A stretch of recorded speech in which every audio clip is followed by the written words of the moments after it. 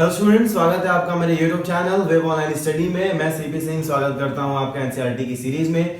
आज हम लोग हैं एक्सरसाइज 2.2, क्लास चल रहा है 10th। तो आइए स्टार्ट करते हैं वीडियो को। ओके स्टूडेंट्स, पहला क्वेश्चन आपके सामने बोर्ड पे लिखा हुआ है। क्या है? Find a quadratic polynomial. Quadratic polynomial हमको फाइंड करनी है जिसमें कि क्या है, सम और प्रोडक्ट जो है जीरोस का वो हमें दिया गया है। तो सबसे पहले हमको स्ट्रक्चर पता होना चाहिए कि स्ट्रक्चर क्या कहता है। तो स्ट्रक्चर के लिए जो हमारा ये जो निकालना है क्वाड्रेटिक पॉलिनोमियल, तो उसका स्ट्रक्चर होता है a x square plus b x plus c. ठीक है, a x square plus b x plus c के फॉर्म में होना चाहिए। जितने भी नंबर जितने भी पॉलिनोमियल हैं उसको इसी फॉर्म में लिखा जाता है। अब डिपेंड ये करता है कि फॉर्मूला क्या है उन दोनों का, तो वो भी चलिए बता देता हूं मैं। तो सबसे पहला फॉर्मूला यूज करते हैं सम के लिए। ठीक है, सम के लिए जो बेसिक फॉर्मूला यूज होता है वो है माइनस बी अपॉन ए। ठीक है, अब माइनस बी ये आया कहां से, ऑरिजिनेशन क्या है इसकी? तो देखिए सबसे पहले सम को कैसे लिखेंगे। माइनस बी मतलब माइनस बी कहां पे है, कोफिशिएंट ऑफ एक्स। तो यहां पे क्या हो जाएगा, माइनस बी की जगह माइनस कोफिशिएंट ऑफ एक्स। ठीक है, कोफिशिएंट ऑफ एक्स। ए कहां पे है, एक्स स्क्वायर का कोफिशिएंट है, तो ये हो जाएगा minus coefficient of x upon coefficient of x square. तो ये जो फॉर्मूला है वो बना है सम का। अब बारी है प्रोडक्ट की, तो प्रोडक्ट को भी ले लेते हैं यहां से। अब देखिए प्रोडक्ट का फॉर्मूला होता है सी अपॉन ए। जो पहला था वो नेगेटिव था माइनस बी अपॉन ए, और दूसरा पॉजिटिव है सी अपॉन ए। अब सी अपॉन ए का मतलब क्या, सी कहां से आया, कांस्टेंट टर्म से आया है। तो प्रोडक्ट जहां से ऑरिजिनेट हुआ वो फॉर्मूला भी लिखना जरूरी है। तो सी मतलब कांस्टेंट टर्म, और कांस्टेंट टर्म के नीचे ए कहां से आया, कोफिशिएंट ऑफ एक्स स्क्वायर से आया। तो ये बेसिक आपको कॉन्सेप्ट मैंने बता दिया है। अब वीडियो को पूरा जरूर देखिएगा क्योंकि मैं 2 क्वेश्चन जरूर कवर कराऊंगा इनमें से। तो क्वेश्चन नंबर 1 के साथ हम लोग चलते हैं। क्वेश्चन नंबर 1 क्या कहता है, 1/4 एंड -1। 1/4 दिया है सम, और -1 दिया है अपने को क्या, हमको दिया प्रोडक्ट। ठीक है, तो सम को हम लोग लिख लेते हैं। सम कितना है हमारा, 1/4। ठीक है, पॉजिटिव 1/4। सम फॉर्मूला क्या होता है हमारे हिसाब से, b अपॉन ए माइनस का, तो minus b upon A that is equal to 1/4। अब यहां से कंपेयर कर लीजिए, b की वैल्यू क्या है, माइनस b की वैल्यू अगर 1 है तो b की वैल्यू क्या है, b की वैल्यू है -1। एक चीज तो निकाल ली हमने। अब a की वैल्यू क्या है, a की वैल्यू भी सामने नजर आ रही है, a की वैल्यू 4 है। हमने a और b निकाल लिया है। अब a x square plus b x, यहां तक तो हम लोग सफल हो गए लिखने में। अब बारी है सी की। सी कैसे लाएं, तो सी हमारा यूज होता है प्रोडक्ट में। प्रोडक्ट को यूज करिए, यहाँ पे फॉर्मूला लगाया प्रोडक्ट का। क्या प्रोडक्ट दिया कितना है, -1, और -1 डिनोमिनेटर में कुछ नहीं है ना, तो -1 को हम लोग लिख सकते हैं -1/1। उसके बाद में हमें c अपॉन ए फॉर्मूला पता है, तो c upon A is equal to -1/1। अब यहां पर ध्यान से देखने वाली बात है कि c की वैल्यू कितनी है, c की वैल्यू है -1, और a की वैल्यू कितनी है, a की वैल्यू है 1। अब कंपेयर कर लीजिए कि क्या दोनों a जो है वो बराबर है या नहीं है, क्योंकि जब तक a की वैल्यू तो फिक्स है ना इस क्वेश्चन में। अगर एक जगह 4 आएगा दूसरी जगह भी 4 आना है, तो 4 और यहाँ पे है 1, किसका मल्टीप्लायर पे है, ये 4 के मल्टीप्लायर पे है, तो इसको वैल्यू को बराबर करना पड़ता है। तो अगर ये बराबर होगा तो जाहिर सी बात है ये भी बराबर होगा। तो ये मल्टीप्लाई होगा 4 से, तो ये भी मल्टीप्लाई होगा 4 से। c की वैल्यू आ जाएगी -4 और a की वैल्यू आ जाएगी 4। तो अब हमने सारे वैल्यूज निकाल लिए हैं a, b और c के। अब हमको क्वाड्रेटिक पॉलिनोमियल लिखना है। ठीक है, सिर्फ लिखना है, बाकी कहानी हो गई है खत्म। तो जगह तो मुझे नजर नहीं आ रही, इसको मैं रफ कर देता हूं। और अब देखिए हमको लिखना क्या था, a x square plus b x plus c में। अब वैल्यू छाटिए इसकी, क्या क्या लिखा है, a की जगह कितना आएगा, 4 आएगा, तो हमारा आंसर हो गया 4x²। ठीक है, प्लस बी एक्स। अब b की वैल्यू कितनी है, -1, तो -1 मतलब क्या, -x। अब -1x तो लिखेंगे नहीं, ठीक है, प्लस c कितना है हमारे पास, -4। c की वैल्यू ही -4 है, तो ये आ जाएगा 4x² -x -4। और ये है हमारे सेकंड क्वेश्चन के फर्स्ट पार्ट का आंसर। तो ऐसे ही सारे पार्ट हैं। अब जल्दी जल्दी से मैं बता देता हूं आपको ये वाला पार्ट, थर्ड वाला पार्ट। ओके स्टूडेंट्स, पहला पार्ट तो हो गया, अब आ रही है थर्ड पार्ट की। थर्ड पार्ट मैंने बोला, थर्ड पार्ट देखिए क्या कहता है। इसमें हमको सम दिया है 0 और प्रोडक्ट दिया है √5। ठीक है, सम दिया है 0, रख लेते हैं यहाँ पे। सम दिया है 0 और 0 का क्या, -b/a की वैल्यू भी है 0। तो यहाँ पे हमने रख लिया -b/a की वैल्यू क्या, 0। और 0 को 0/1 लिख सकते हैं या 0/2 लिख सकते हैं, 0/3 लिख सकते हैं, कुछ भी लिख सकते हैं इसमें, ठीक है ना। तो यहाँ पे जो ये वैल्यू है a की, ये फिक्स नहीं है, अभी तक तो फिक्स नहीं है।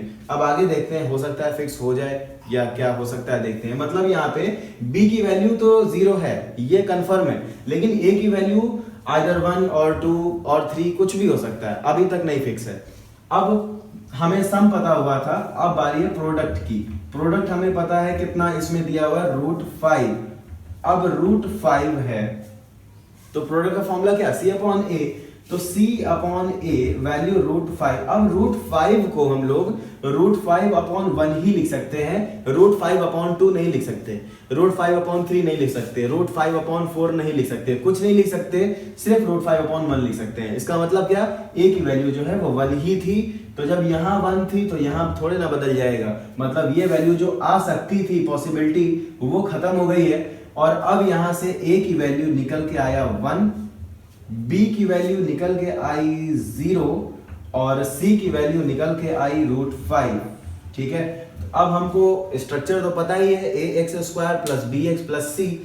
अब ax², a की वैल्यू कितनी है, 1 है, तो ठीक है लिखते हैं। तो ये हो जाएगा 1x², that is x²। bx होता है प्लस bx, b का टर्म तो है ही नहीं ना हमारे पास, b की वैल्यू ही 0 है। तो चलिए अभी लिख लेता हूं मैं 0x, ठीक है, ऑक्स बन गया, ऑक्स बने बैल, चलो कोई बात नहीं, प्लस c कितना है, √5। ठीक है, अब 0x की जगह तो बेकार है ना ये लिखना, कुछ था तो नहीं इसका मतलब। तो यहाँ पे आंसर क्या आ जाएगा, ये गायब हो जाएगा हटके, और जो ओरिजिनल आंसर है वो क्या आ जाएगा, x² + √5। तो ये था सॉल्यूशन किसका, ये था सॉल्यूशन थर्ड वाले का।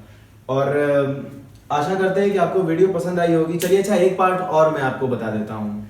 अब देखिए इसमें √2 और 1/3 ही एक बताने लायक लग रहा है, बाकी सब तो नॉर्मल है। देखिए यहाँ पे 1 और 1 दिया हुआ है, b/a c/a दोनों रख लेंगे, आपको सामने वैल्यू दिख जाएगी। इसमें भी सामने वैल्यू दिख रही है, -1/4 और 1/4 में। ठीक है, a की वैल्यू 4 है, c की वैल्यू 1 है, b की वैल्यू -1 है, तो इसको छोड़ देते हैं। ठीक है, b की वैल्यू भी 1 है। अब मैं जो इम्पोर्टेंट पार्ट था सेकंड वाला वही बता दे रहा हूं, क्योंकि थर्ड पे बता चुका हूं।